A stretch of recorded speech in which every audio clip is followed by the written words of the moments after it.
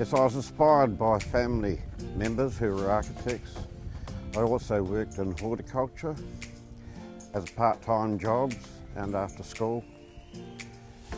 And I went to Auckland University essentially to become a planner. But I soon found out that planners didn't really design towns and open spaces. And I saw an advertisement at the architecture school about this new course at Lincoln College, landscape architecture, and I knew that that was where I was going to head. Oh, the possibilities. The possibilities of improving land, improving the integrity of the environment, and improving livability for people, and improving nature. Context is everything. It's about the location, the wider setting of the project, its community context, whether it's a rural or an urban context.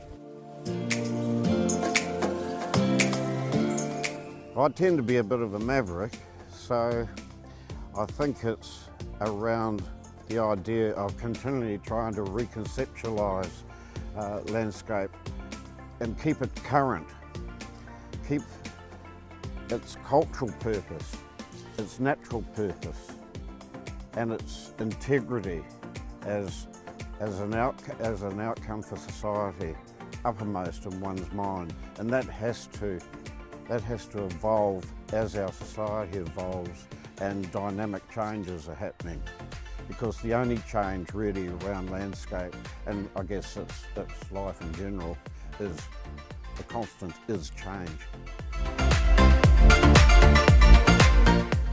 Ecosystems are critical, they're essential, because there are natural ecosystems, but we've got to remember that human beings also design and create ecosystems. So we've got urban ecosystems, we've got farm ecosystems. So it's around the interaction of all of those different natural and cultural processes, because that's what landscape is. Landscape is the intersection of nature and culture. Yes, the project I'm most proud of is Waiheke. I guess it's time and place. It was an opportunity 30 years ago and it has been implemented.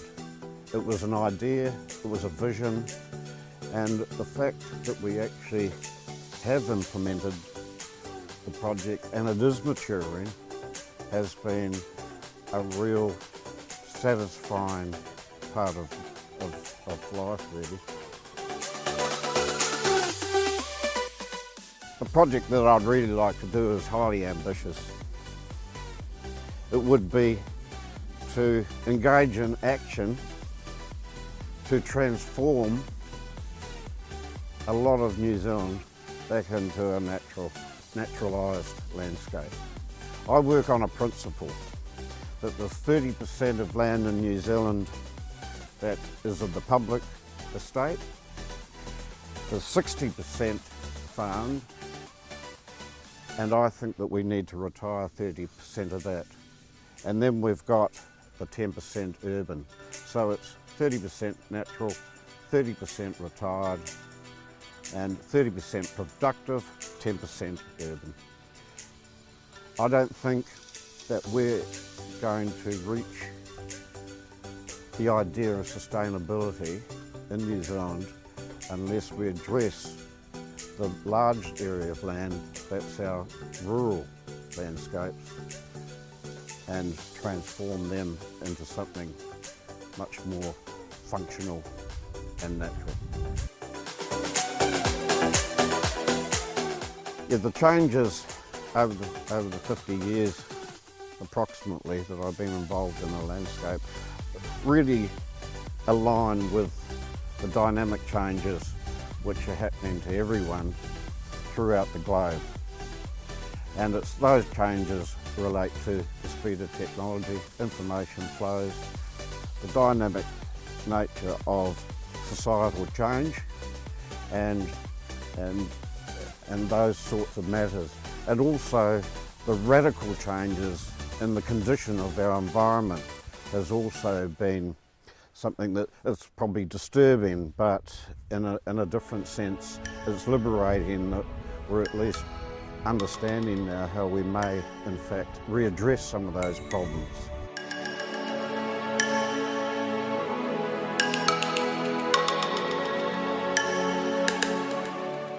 Yeah, I consider that young people are very adept at coping with change, and I think that's the most important thing for them, say coming out of a course, is to relax about where they might head. My message to planners and council decision-making people is that I think they do need to take some notice that landscape architecture can provide a very important and key role in the policy arena. Public policy, that's design within public policy. There's a missing link there, because design into public policy is the lacunae, I put it, the missing link.